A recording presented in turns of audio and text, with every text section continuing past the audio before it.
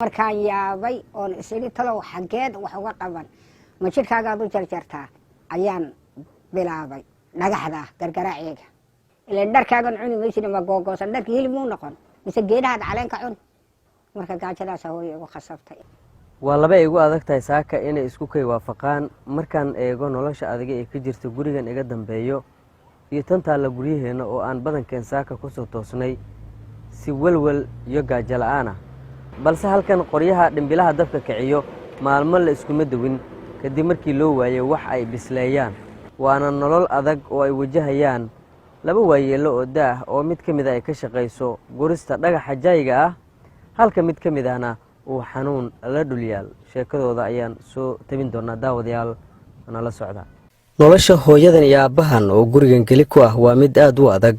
oo xitaa duruufta haysato ay ugu weyn tahay inaysan bilaha qaar isbuucyo ka mid a aysan dabka shidan waxaana maanta ku soo aadnay iyadoo uu dabka dansan yahay muddo 5 maalin waxayna ku nool yihiin biyo madow iyo cuntada haraaga ah ay u keenaan deriska mararka qaar hoyga ay ku nool yihiin waayeeladan ma lahan iftiin iyo jiif wanaagsan balse agtooda waxba kama ahan oo xitaa gaajada ayay saaxiib la noqdeen oo ay habeenada qaar la seexdaan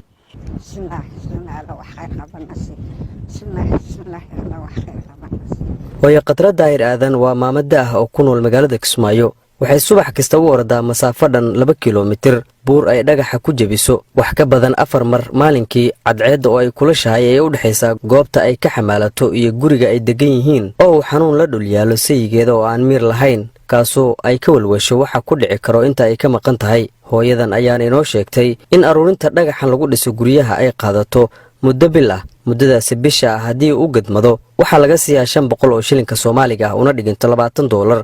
waana waxaan marnaba u dhigmin rafaadka adag oo ay sida maalinlaha u marto waayeeshan aanan haysan ubad garab taagan ani hooyo xaaladayda Ilaahay baa og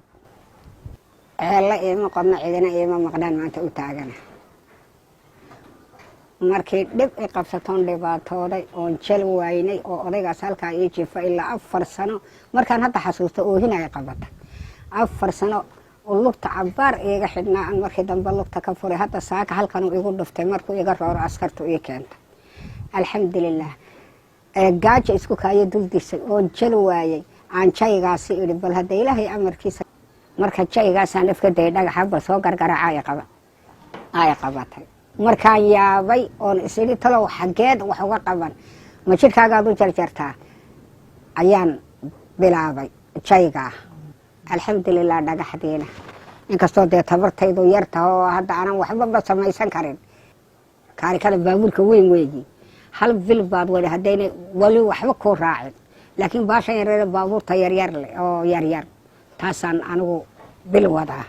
ninkii daamiciin kala haysta weeyi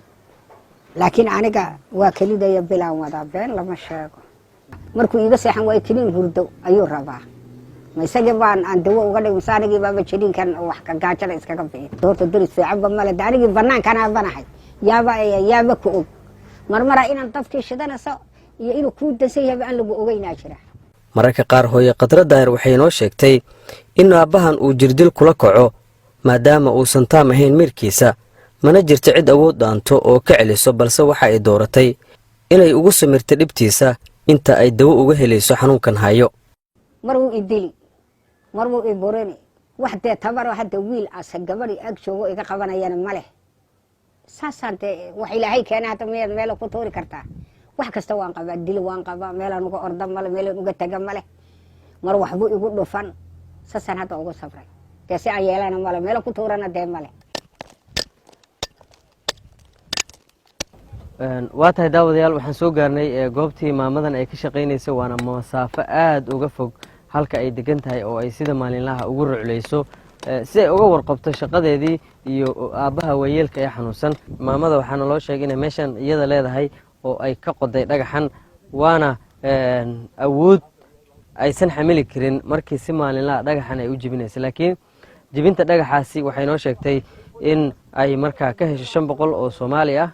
maadaama ay adag tahay dhagaxan in la qodo maanta oo dhan haddii aad joogtid xitaa way adag tahay inaad dhibiso marka iyada wax la eg gaariga yaryarka tankiisa ayaa laga siiyaa 500 oo shilinka Soomaaliga ah marka bal inagu qudheena maanta waxaan isku dayi doonaa inaan aragno dhibaatada buurtan lagu jibiyo ee looga soo saaro bil dhan lacag 500 oo Soomaali ah balse duruuftaa kale fikarto wax waliba oo adagi khatarkeega ilaa anagayna reebaynaysa kale ها sadkaroon allah ina siiyo xaqiiqatan waxay u baahan tahay awood iyo murqo adag in aad buurtan ku jibisid bahashan balse maamadan duruufta ayaa ku kalifto oo way la qabsatay jirkeeda maama maalinkii marar badanaa meeshan joogtaa ka waran xaafadina way ka fog tahay gaajada sa isku tihiin gaajada gaajada warkeega reeb hay gaajo warkeega reeb showa isbarateen sababtoo gaajada duruufta ay haysa ayaa hooyo ka weyn way haysaa laakiin yaa waxban gaajada ku rooro male duruufta ay haysaa ka weynada gaajo way haysaa wata kaniigaysa kan macuna kana raashin way noqon maradan hadda waxaan cuna ma ii noqon markay gaajada bada duruuftii baa ka weyn waxa ii keentay waa gaajo buurta aad arkaysaan oo hadda ma aad aragteen bila jabinaya bil wala 20 tanigo hadda 10 aan ka soo saaray sababtoo dee tabarba ma hayaba haddaan ordi oday buka guriga ii jiifa ma joogi karo gurigiina ma joogi karo halkana ma joogi karo dhexda dawgaasaan ku baabay in la iga gadanayana ma ogi dee tawagal ala allah nasiibun way iska dhigun way waqtigay gaadhaba tan wax la sheego ma hooy nin meel kale meel qabsado waayay halkan jalka daya oo gaajo dishay oo rafaaday waad arkaysaa dhagaxan ku hoos jira waad arkaysaa soo dhaco bas way